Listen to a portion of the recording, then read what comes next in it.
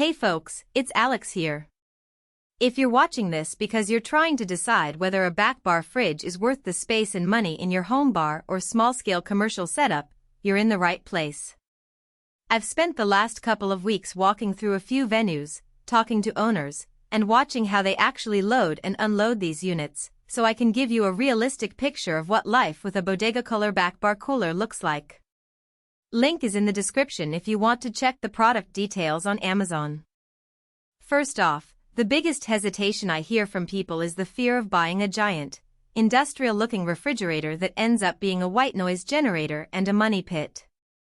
You want something that blends into a home bar or a small CAF without hogging floor space, but you also need enough room to keep a variety of drinks at the right temperature, and you don't want to be constantly fighting the thermostat. That's the sweet spot we're trying to find. The BODEGACOOLER model we're looking at is a 7.7 cubic foot unit with 2 glass doors, a stainless steel top, and wheels for mobility. In practical terms, that translates to about 35 inches tall, just under a foot deep, and a width that fits comfortably under most standard bar counters. The dimensions are the first clue that this isn't a full-size walk-in, but it's also not a tiny under-counter mini-fridge. For a home bar that holds a decent mix of bottled beers, a few 6-packs of soda, and maybe a couple of wine bottles, it's about the right size. One of the real-world tests I ran was a weeknight party scenario. I stocked the unit with 6 12-ounce cans of craft beer, 3 bottles of red wine, a 6-pack of Diet Cola, and a small box of water bottles. I left the unit running for a full 24 hours, then opened the doors 3 times to simulate a typical party flow. The temperature stayed steady around 38 degrees, which is the sweet spot for most lagers and a safe zone for wine.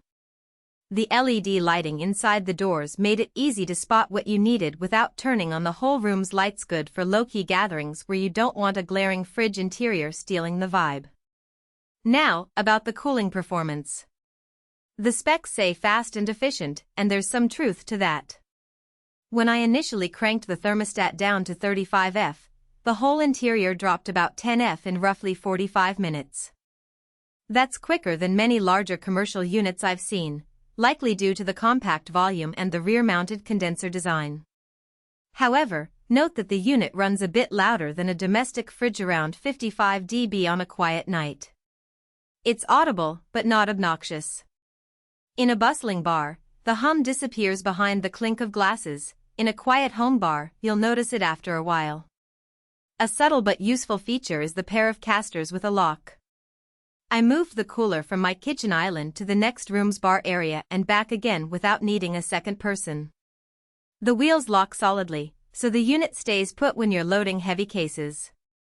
The stainless steel top isn't just for looks, it resists fingerprints and minor scratches better than a painted finish, and it also helps dissipate heat from the compressor area, which in turn keeps the interior temperature more consistent during those hot summer months.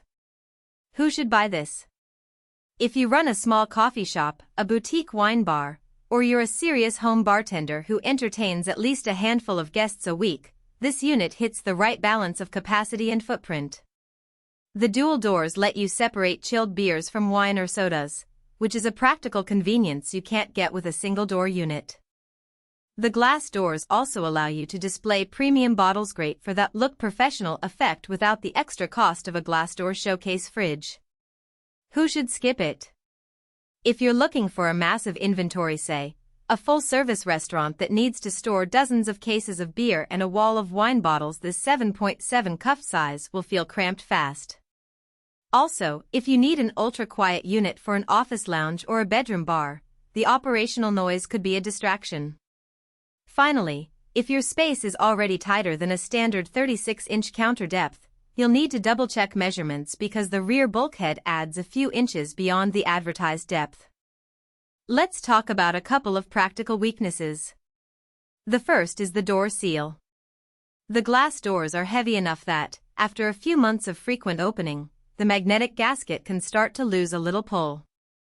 It's not a catastrophic failure, but you may notice a faint warm spot near the top edge if you keep the doors open for extended periods. A quick fix is to put a small piece of silicone padding on the seal to reinforce the grip, something most buyers discover on their own. The second issue is the interior airflow.